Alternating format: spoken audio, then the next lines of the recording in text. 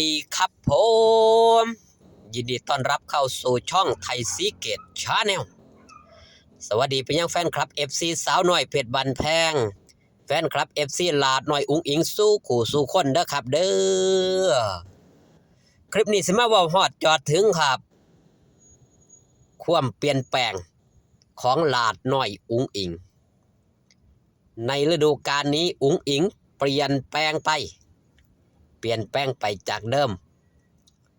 หลายครับเนื่องจากหยังพี่น้องเนื่องจากวิวัฒนาการหรือการพัฒนาของลาดน้อยอุ้งอิง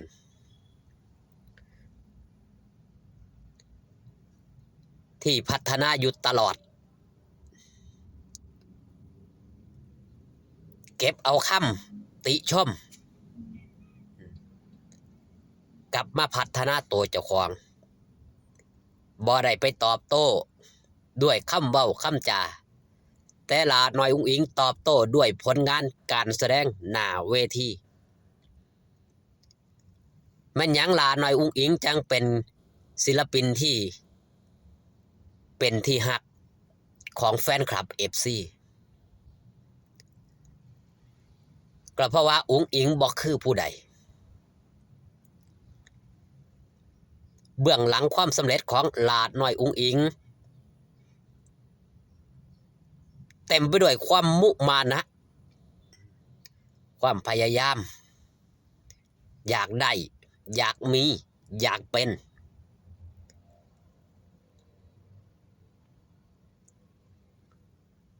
ในการพัฒนาตัวของลาดน้อยอุ้งอิงนี่จะแตกต่างจากศิลปิน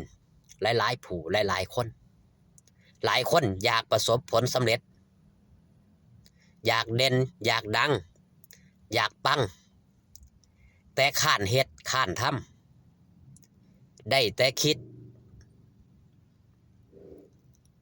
สิ่งเหล่านี้ครับบ่มีในความคิดของลาดน้อยอุ้งอิงเบื้องหลังความสำเร็จลาดน้อยอุ้งอิงกว่าสิได้มาอยู่ณปัจจุบันนี่จากคนที่ร้องเพลงบ่ค่อยเก่งฝึกฝนพัฒนาเจ้าของตลอดฟ้อนล่ำบ่เป็นตั้งแต่เริ่มเข้ามาแรกๆห้องไห้ห้องโฮมย้อนเจ้าของฟ้อนบ่ได้เต้นบ่ได้เฮ็ดบ่ได้คือเขาแต่ก็บ่ได้ถิ่มความพยายามในการที่สิร้องในการที่สิล่ำหัดฟ้อนหัดล่ำยามมื้อมีเวลาว่าง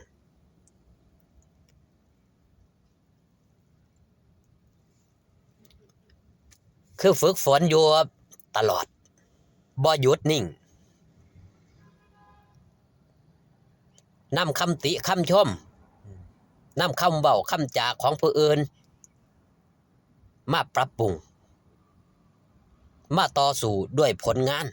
การแสดงด้านหน้าเวทีนั่นคือลาดน้อยอุ้งอิงบ่ได้ฟาดฟันด้วยคำเว้าคำจาแต่ฟาดฟันด้วยผลงานตั้งแต่แรกเริ่มที่เฮาสิเห็นได้ว่ามีคนนี่มาหยังครับมาเว้ามาดูถูกลาดน้อยอุ้งอิงต่างๆนานาศิลปินเสียงไหลศิลปินเสียงหลงเต้นบ่เป็นล่ำบ่เป็นมาเป็นหยังครับบ่สมกับเป็นธิดาลำเพิ่นเห็นบ่ครับคำดูถูกเล่านี่ครับลาดน้อยอุ้งอิงบ่ได้ตอบโต้ด้วยคำเว้าคำจาของเจ้าของเป็นคนที่เก็บเอาคำติของผู้อื่นนำเข้ามาปรับปรุงเจ้าของพัฒนาเจ้าของเปลี่ยนแปลงโตวเจ้าของเองจากแต่กี้แต่ก่อนจนมาถึงณปัจจุบันนี่ฤดูกาลนี่ครับเฮาได้เห็นว่าลาดน้อยอุ้งอิงเปลี่ยนแปลงไปหลายบ่ว่าจะเป็นคำเว้าคำจาบ่ว่าจะเป็นการโชว์เบื้องหลังการโชว์ของลาดน้อยอุ้งอิงนี่ซุ่มซ่อมอยู่ตลอดนะครับมีเวลาว่างนัดพี่ๆแดนเซอร์ ไปซ่อมให้แกะท่าเต้นเพื่ออยากให้ผลงานออกมาดีด้วยเป็นคนที่บ่โดดเด่นในด้านการเต้นเนาะหลาน้อยอุ้งอิงเพียงแค่ขยับนิดขยับหน่อยนี่แฟนคลับ FC ก็ติดตาตึงใจเป็นศิลปินที่เต้นบ่หลาย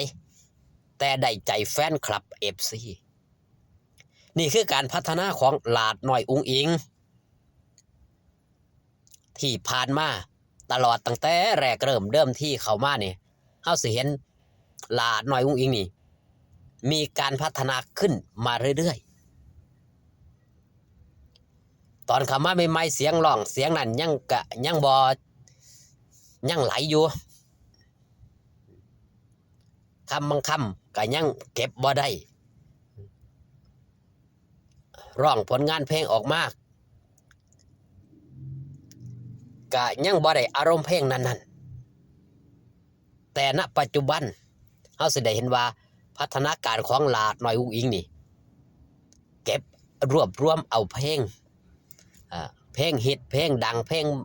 ที่กำลังเป็นกระแสนิยมนี่ครับเก็บมาร้องเรื่อยๆเฮ็ดให้แฟนคลับ FC นี่ได้เบิ่งได้แย่งในสิ่งใหม่ๆในรูปแบบใหม่ๆบ่จำเจเป็นศิลปินที่บ่ได้เอาเปรียบผู้ชมบ่ได้เอาเปรียบแฟนคลับสิมีผลงานใหม่ๆมาฝากพี่ต้อนน้องตลอดนี่คือสิ่งที่หลาน้อยอุ้งอิงเปลี่ยนแปลงเพราะหยังครับเปลี่ยนแปลงเพราะความคิดเป็นพลังบวกมาหลอกมาไล่นี่บ่ต้องเว้าถึงครับให้จากจิตจากใจแฟนคลับ FC พร้อมที่จะให้พร้อมที่จะซัพพอร์ตด้วยความหักด้วยความแพงที่มีตอนหลาน้อยอุ้งอิงยิ่งโตขึ้นหลาน้อยอุ้งอิงใหญ่แต่ก็ยังเป็นเด็กน้อยสำหรับพ่อแม่แฟนคลับ FC เสมอขอบคุณพี่น้องครับป้อมปลายมิตรหมอแคนแฟนหมอลำที่ได้เข้ามาเบิ่งมาแย่งช่องไทยซีเกตชาแนลเบิ่งแล้วอย่าลืมกด Subscribe กดไลค์กดแชร์เพื่อเติมกำลังแห้งเชียร์แห้งใจให้ในเด้อครับเด้อช่องน้อยๆพอกันคลิปหน้าสบายดีครับผม